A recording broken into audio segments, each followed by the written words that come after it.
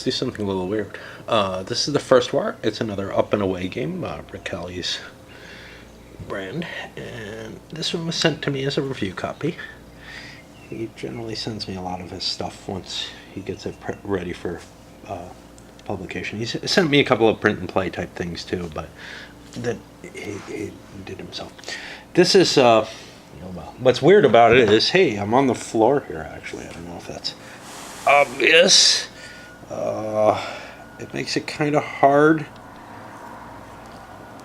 to focus as easily as standing, but this is what you have for the game.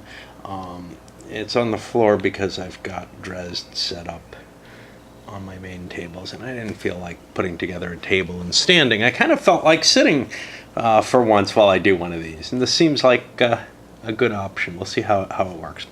Okay, so this is going to be sort of a Civ builder type game, kind of on the lighter side, but well, not just sort of a Civ builder. It is a Civ builder game of its own kind.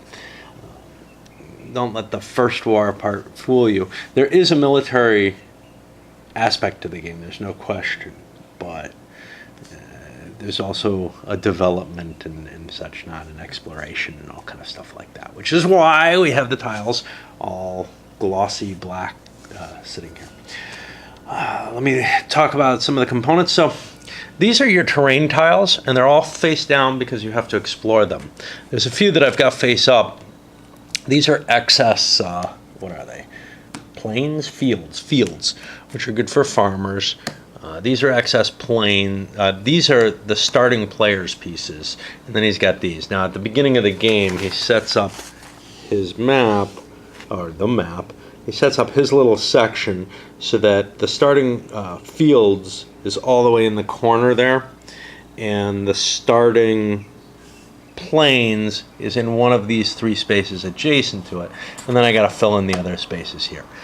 Setting up this initial map is kind of tricky, especially if you're geometrically challenged like I am.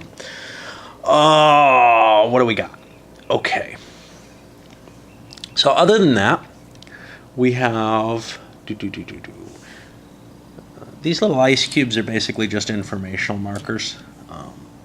These guys are your population markers, and the track that they sit on is just there to help you to see how many people you have on the board. So if you take one off, you have one person on the board, etc. Initially, you probably don't need to use this, but like in Civilization, when you get a large number of pieces on the board, it's sometimes easier to count what you don't have on the board. Well, this makes that even easier, at least if you're using wooden cubes. If you recall back in my Civilization video, what I do with the population there is I stack it in little fives so that I can subtract off.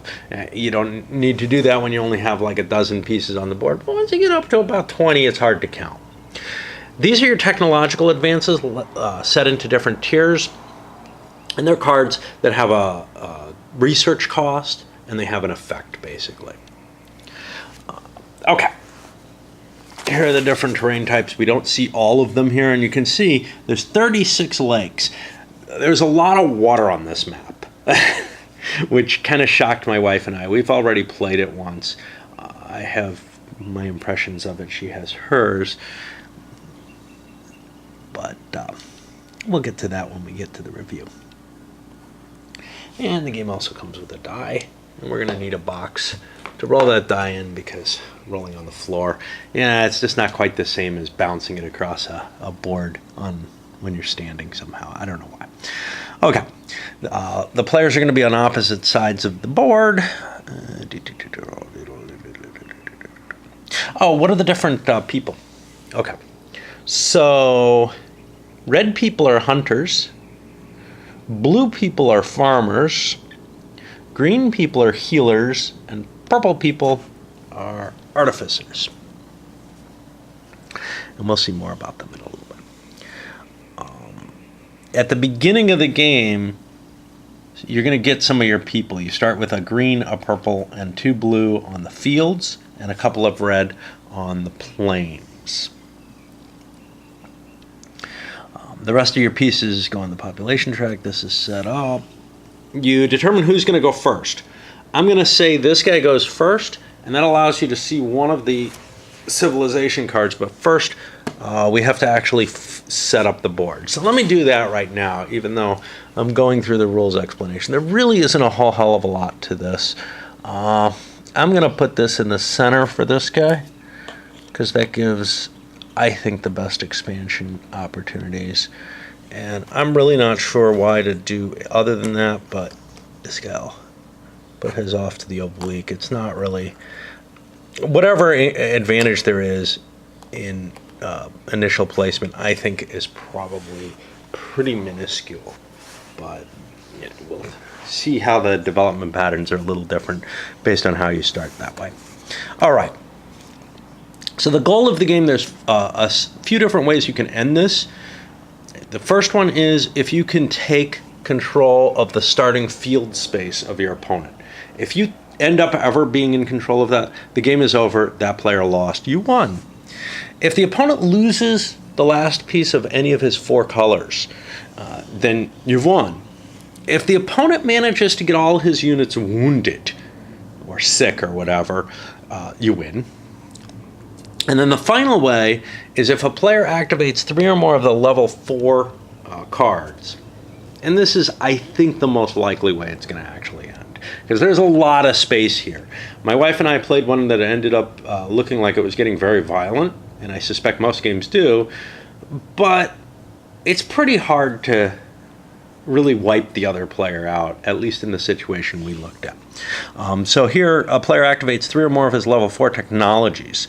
If he's the first player, i.e. the person who went first in the game, the other player gets a turn. And then if both players have activated 3 or more, you go to a tiebreaker in which you count up the total number of research points you had to spend to obtain those technologies. They say activate. Okay, each of these player aids, these would be nice if they were on stiffer stock. They're just on printed paper.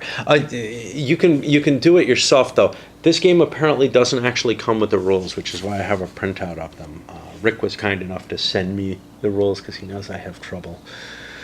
My printer has problems is basically the issue, and it takes me 2 hours to walk to a print shop.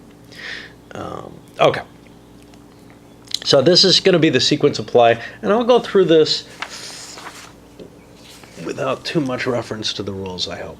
Okay, the first thing that you can do is you can declare a food emergency.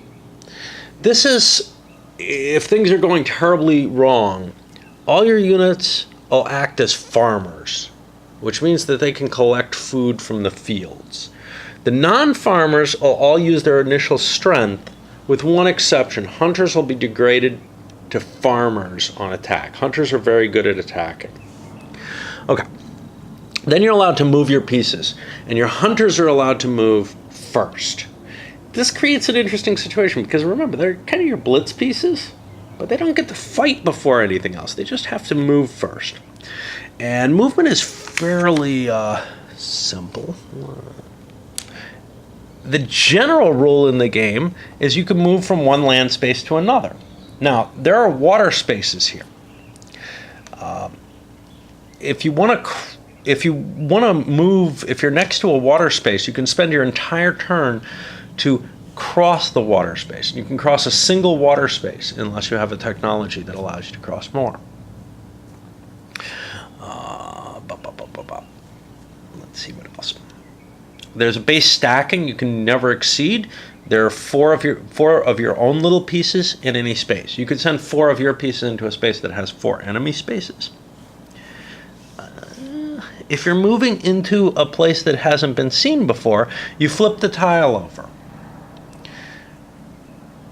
If it's a water space, you retreat back to the space you came from. If it's not a water space, you're now in that new space. It's possible to get additional movement in the game, and when you do, you follow the instructions on the cards. They may allow you to move, some of the cards allow you to move multiple land spaces. Some of them allow you to move over multiple water spaces. You can cross more than one.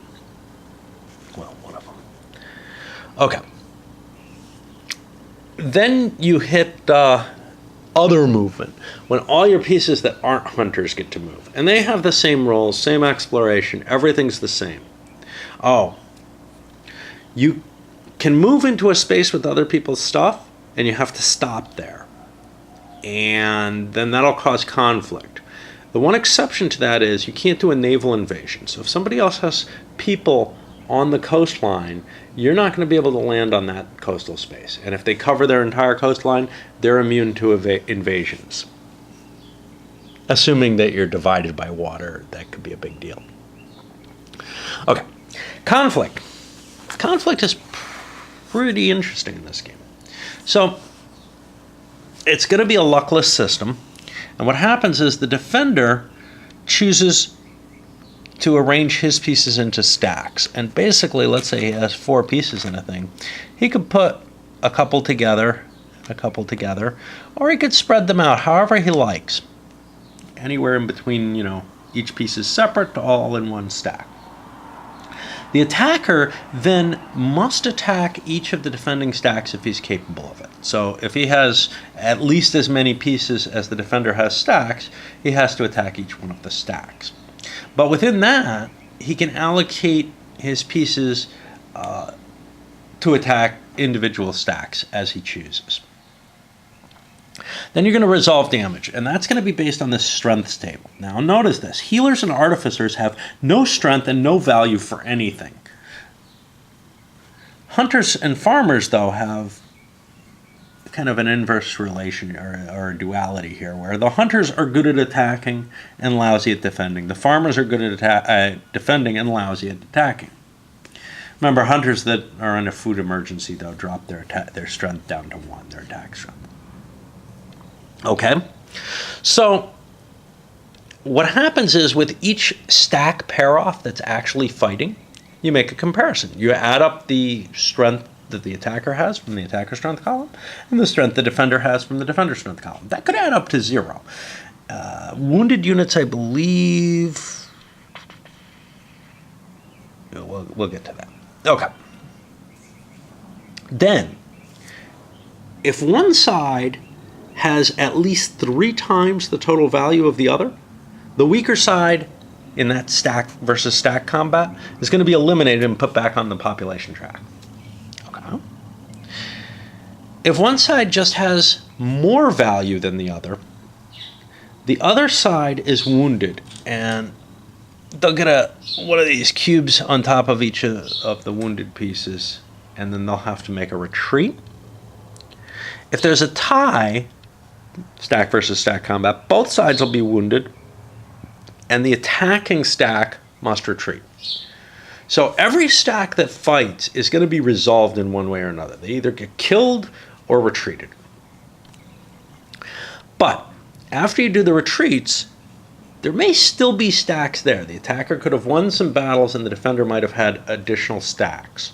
Of course, the attacker attacked with 1 piece in each of these cases, but if that's the case, then the defender is allowed to rearrange those pieces into new stacks, and the attackers must attack them all again.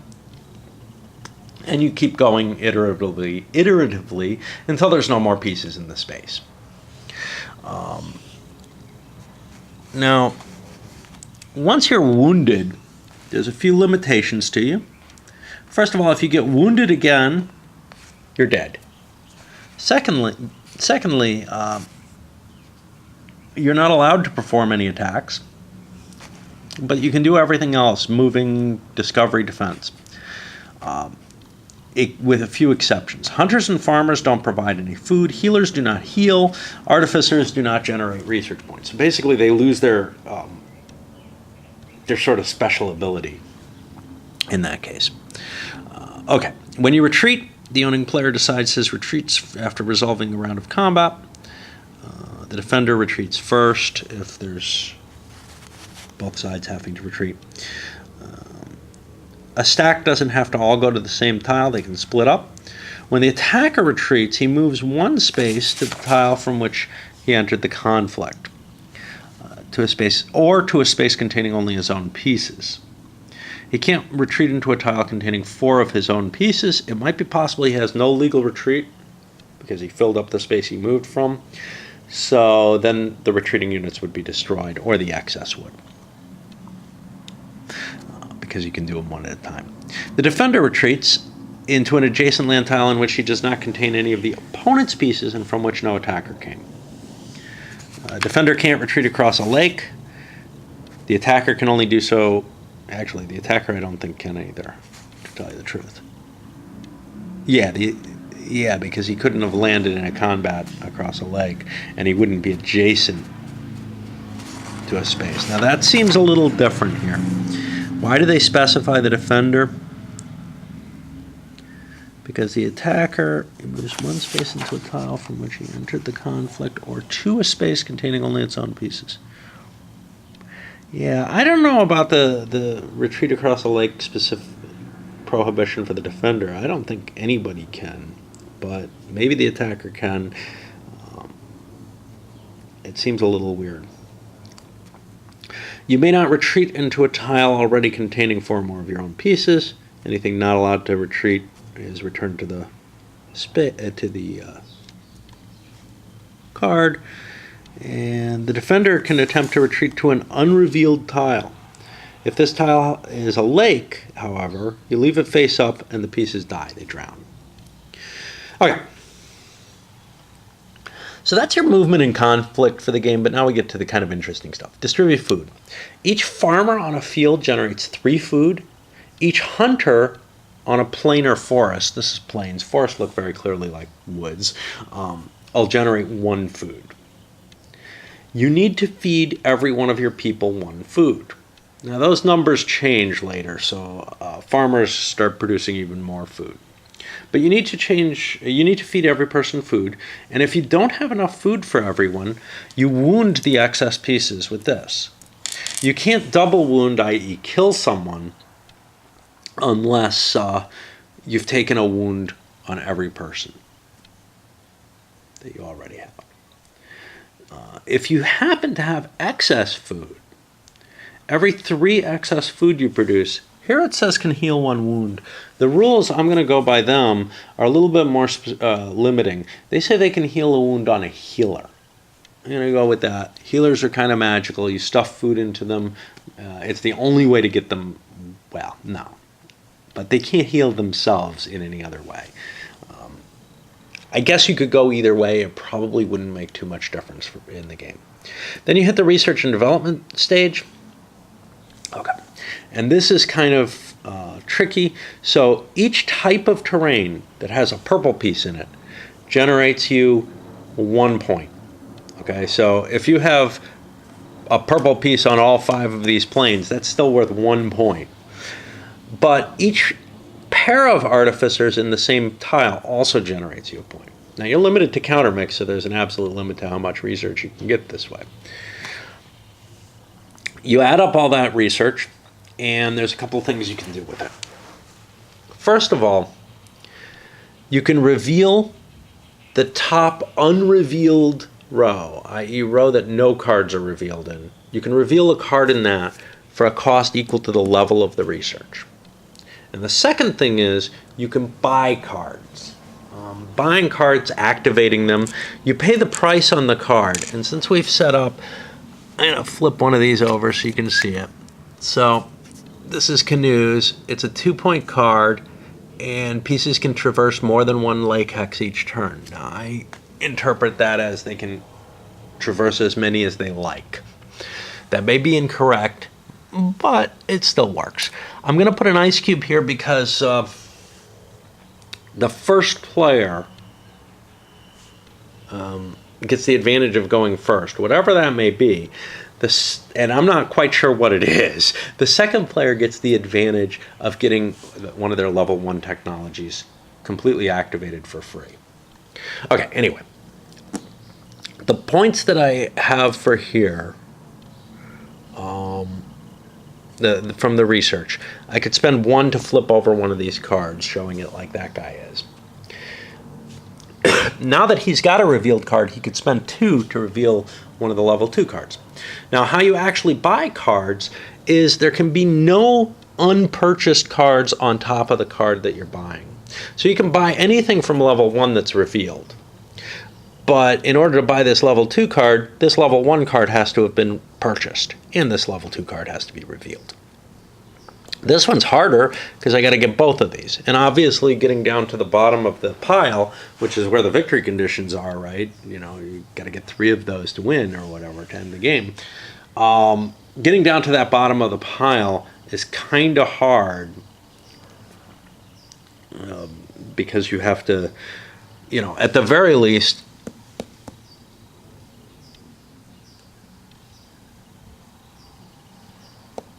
you have to have revealed and bought 9 other technologies, I think. And there's a good chance that you'll go in a more distributed manner. Okay. Now let me look that up and make sure, because, you know, this seems like quite an advantage for going second. And that's what I remember it being.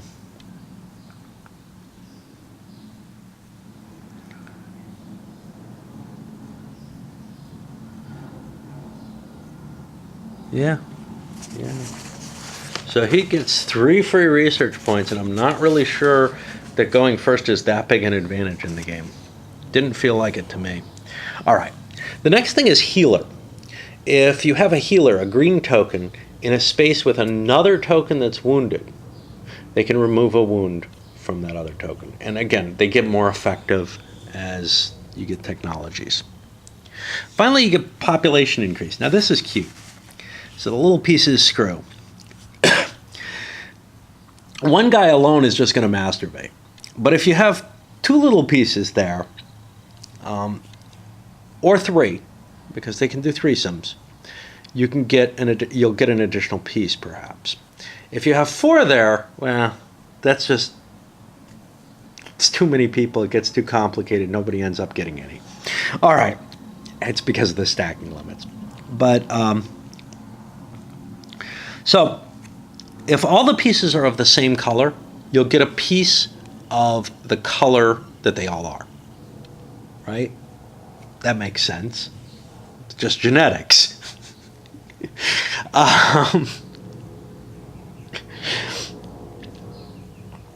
If you're out of that color, though, there aren't any more souls of that type left. You get nothing. They've become sterile.